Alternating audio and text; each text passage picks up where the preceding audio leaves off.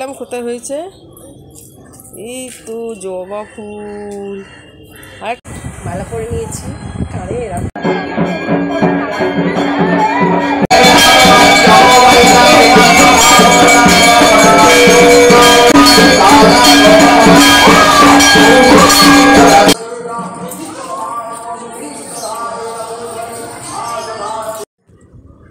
Hello বন্ধুরা, জীবনের সহজ পাঠ চ্যানেলে তোমাদের স্বাগত। সকালবেলা চলে এসেছি ছাদে, আর ছাদ থেকে দেখতে পাচ্ছ মন্দিরের প্যান্ডেলটা। এই মন্দিরেই কিন্তু আমাদের শীতলা পুজো হচ্ছে। তা আগের দিনের ভিডিওতে শীতলা পুজো ঠিকভাবে দেখানো হয়নি, মন্দিরে যাচ্ছি সেই পর্যন্তই দেখাতে পেরেছি। আজকেও সেইখান থেকেই শুরু করব।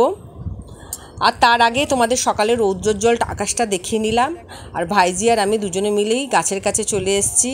গাছের কাছে, ফুলের কাছে আসতে তো সবারই ভালো লাগে, আর ফুলের মতো যেখানে একটা শিশু আছে তাকে নিয়ে ফুলের কাছে যেতে তো আরোই ভালো লাগে। দুটো ফুল মিলেমিশে একাকার হয়ে যায়, এদের সৌন্দর্যের কাছে সব সৌন্দর্য হার মেনে যায়। ও আমাকে এক একটা ফুল নিচ্ছে আর দেখাচ্ছে, আর আমিও ওর সাথে সাথে গল্প করছি। আর সব ফুলগুলোরই তো আলাদা আলাদা একটা সৌন্দর্য আছে, সেই সৌন্দর্যকে উপভোগ করছি। আর তার সাথে খোলামেলা আকাশে, খোলামেলা বাতাসে প্রাণ ভরে নিঃশ্বাস নিচ্ছি। যদিও এই নিঃশ্বাস যতই নিই না কেন, তার মধ্যে ধুলো, বালি, ধোঁয়া সব মিলেমিশে একাকার হয়ে আছে। কারণ কাছাকাছি কারখানা, শপিং মল, বাস রাস্তা সব কিছুই আছে। আসলে গ্যাদারিং চারিদিকে, আর যেখানে গ্যাদারিং সেখানে শুদ্ধ বাতাস আর কতটুকুই বা পাওয়া যায়। তো ওকে আমি দেখাচ্ছি যে কোন গাছগুলোতে দেখ কাঁটা আছে, হাত দিবি না, এখানে হাত দিলে কাঁটা লাগবে। তা এগুলো ওকে দেখাচ্ছি যে সব জিনিসেই তো হাত দিয়ে দেয়, তা সেগুলোই ওকে দেখিয়ে দিচ্ছি যাতে ও সজাগ থাকতে পারে। বড়দের তো এগুলো করে দিতেই হয়, যে যাতে বাচ্চারা সজাগ থাকে। আর এদিকে অনেক কাজকর্মের পর তো দেখিলেই যে রেডি হয়ে গেছি, এবার যাবার পালা মন্দিরে। আর আজকে মন্দিরে কি হচ্ছে, কিভাবে পুজো হয়, সব কিছুই তোমাদেরকে দেখাবার চেষ্টা করব। আর খুব সাজাসাপটা একটা সাজ পোশাক হয়েছে আর কি। গরমের মধ্যে আর কি বা সাজা যায়, যতটুকু না সাজলে নয় ততটুকুই সেজেছি, কারণ সাজতে তো সবারই ভালো লাগে। সাথে সাথে বোনও আছে, দুজনে মিলে একসাথে রেডি হয়ে গেছি। এবার যাই মন্দিরের দিকে, তোমরা থাকো সাথে, অনেক কিছু দেখার আছে।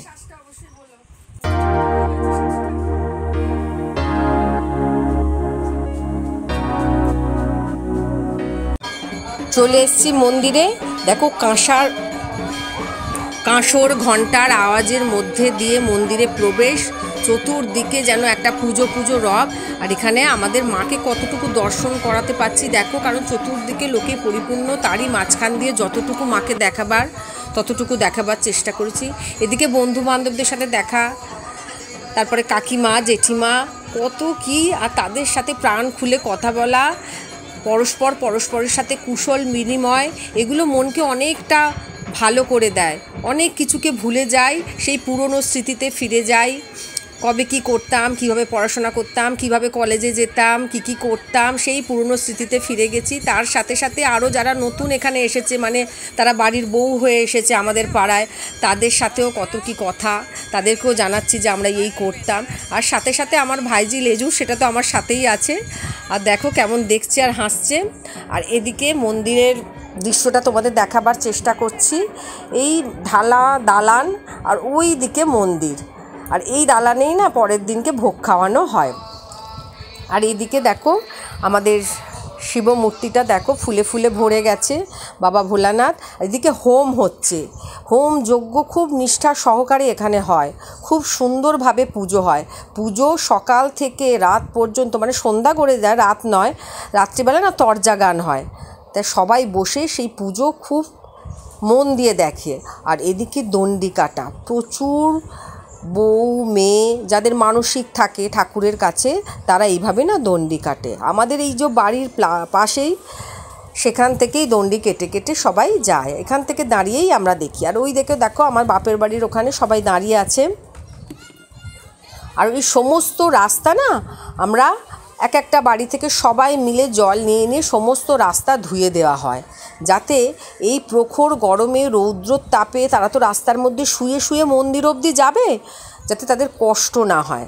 তবে সারাদিন উপোসের পর এখন 3:30 বাজে, তারা যাচ্ছে, জানি মা তাদের সাথে আছে, তাদের কষ্ট অনেকটাই লাঘব করে দেবেন উনি। তবুও আমাদের দেখে কষ্ট লাগছে যে এই রৌদ্রে তেতে থাকা রাস্তার উপর দিয়ে তারা যাচ্ছে। আর এই যে দেখছো আসছে যে, ওটা হচ্ছে আমার খুড়তুতো বোন, ও দণ্ডি খেটেছিল। আর ভাইয়ের বউ ওই জল ছেটা দিচ্ছে, গঙ্গা জল। কারণ আমরা সব কিছুতেই না শুদ্ধিকরণ করে নিতে চাই। তবে আমার কি মনে হয় জানো তো, যে মনকে যদি শুদ্ধিকরণ করা যায়, তার থেকে বেশি শুদ্ধিকরণ আর কিছু হতে পারে না। কারণ মন যদি শুদ্ধ থাকে না, সব কিছুই শুদ্ধ। আর মন যদি অশুদ্ধ থাকে, যত কিছুই করো না কেন, মনের মধ্যে একটা সবসময় ভাব থেকে যায়, এই বুঝি এটা ছোঁয়াছুঁই হয়ে গেল, এই বুঝি এটা ওই হয়ে গেল, এরকম একটা খুঁতখুঁতুনি ভাব থেকে যায়। তাই মনকে সবসময় পরিষ্কার রাখতে হবে। আমি না আবার এত কিছু মানামুনির মধ্যে যেতে পারি না। আমি সবসময় থাকি কিভাবে জানো তো, যে একটু পরিষ্কার পরিচ্ছন্ন, পুজোর জায়গাটা একটু পরিষ্কার, নিজে একটু পরিষ্কার পরিচ্ছন্ন, নিয়ম কানুনের অত ধার ধারি না আমি। কেন বলো তো? যে নিয়ম কে সৃষ্টি করেছিল, কবে নিয়ম সৃষ্টি হয়েছিল, কিছুই জানি না। কিন্তু আমার মনের মধ্যে তো একটা অন্তরাত্মা আছে, আত্মাই তো ভগবান। সেই আত্মা নিশ্চয়ই আমাকে ভুল কিছু শেখাবে না। সুতরাং আত্মা যেভাবে বলে সেইভাবেই চলি। আর এদিকে বিকেল হয়ে গেছে, একদম দোকানে চলে এসেছি। দোকান থেকে মন্দিরের ভিউটা তোমাদের দেখাবার চেষ্টা করছি। ওই যে আলো জ্বলছে দেখতে পাচ্ছ, ওটাই হচ্ছে মন্দিরের প্রবেশদ্বার। আর এই দোকানে দোকানদানি করছি, মানে সব কিছুর পরেও কাজটা কিন্তু কাজের জায়গায় থেকে যায়। কাজ ছাড়া আর কি আছে বলো তো? কাজকে নিয়েই তো বেঁচে আছি। সুতরাং কাজের মধ্যে দিয়ে ভালো আছি, কাজের মধ্যে দিয়ে সুস্থ আছি। আর আনন্দ, আবেগ, উৎসব, অনুষ্ঠান সব কিছুই থাকবে, তার মধ্য দিয়ে কাজটাও থাকবে। যাক, সবাই ভালো থেকো। আজকে কেমন লাগলো ভিডিওটা অবশ্যই জানিও। টাটা।